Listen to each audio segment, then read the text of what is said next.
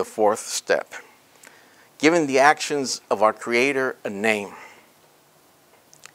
We express the extreme complexity of this developed science that was our theology with mythologies, allegories, rituals, and ceremonies, and we wrote them all down to become the poetry of our people, the sculpted and painted art, the architecture, the symbols and metaphors of our theology, the culture of our people.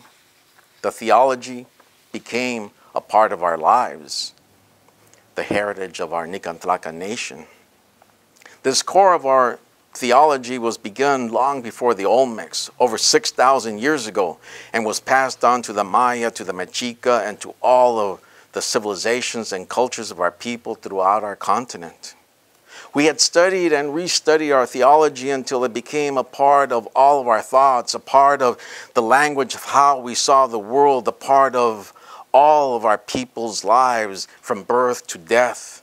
Our theology was understood with different degrees of complexity, different degrees of participation, from the simplicity of the tribal areas where we had elders, where there were no books, to the immensely complex areas of the large cities of the cosmopolitan civilizations where we had no elders, but we had the venerables, our teachers who read from books and who studied from the higher sciences, from observatories, from philosophers, and in universities. In all of the cultures of our people, from the tribes to the villages, from the towns to the immensely large cosmopolitan cities, this knowledge of the elders of the tribes and the venerables of cities became a part of our daily lives.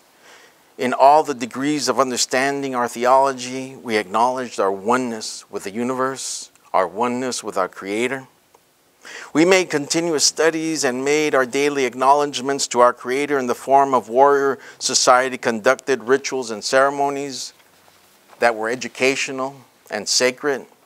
We acknowledged our Creator through these warrior-led rituals and ceremonies that took place in the surrounding art and architecture, in the songs and the dance, in the fire and incense, in the sound of drums, in the pomp and circumstance.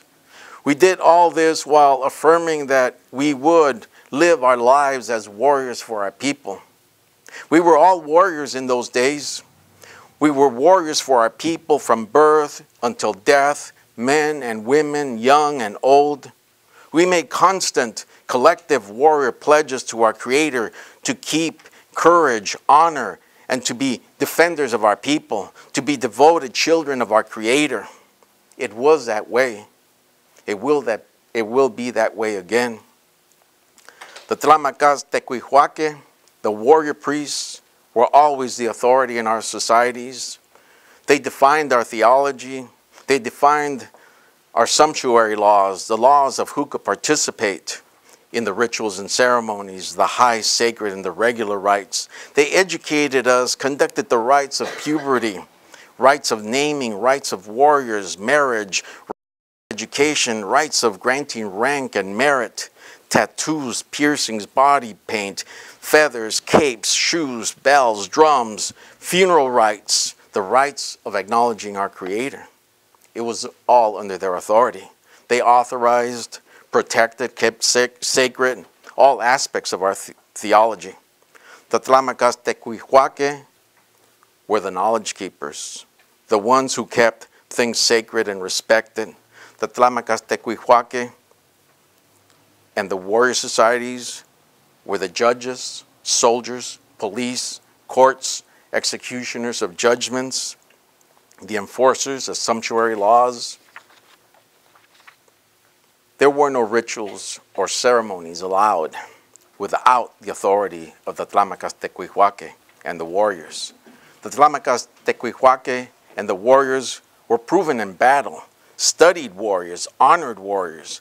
They were at the heart of our theology. There was no theology without the Tlamacas Tecuihuaque. It was the Tlamacas Tecuihuaque that guided us through the complexities, the mysticism of our acknowledgments of our Creator. So when the full framework of our theology was firmly set, when it was part of our society, part of our daily lives, the sumptuary laws were in place to guide us in all knowledge, in all morality, in how we lived our lives, and in how we acknowledged all things sacred. The Tlamacas Tecuihuaque were our teachers, our guides through life. They opened our eyes to truth, to all of the things sacred that were right in front of our eyes. The Tlamacas Tecuihuaque helped us to see what was all around us in life, on the earth. They taught us to see that all around us were the fingerprints, the breath, the pulse, the motions, the actions, the full glory of the manifestations of our Creator. The fingerprints, the breath, the pulse, the motion, actions of our Creator. These were the fingerprints of creation, the breath of wind, the pulse of cycles, the motions of the stars, the actions of our Creator all around us. We saw each piece of evidence, like the wind and water combining as hurricane, the shaking of the earth, the explosions of volcanoes, and we gave them all their proper name, proper importance. We gave these major actions of our Creator a name, and we then properly saw with our eyes opened, we saw the living manifestations of the actions, movements of our Creator in our daily lives. We found our Creator most obviously in the four major moving manifestations: water, air, earth, fire. We gave these manifestations names, names of the actions of our Creator. Through these elements, with the light of awareness, we understood the primal forces at the command of our Creator. We saw science, physics, logic, reality, all working in concert. Our eyes and minds were opened like light into a darkened room.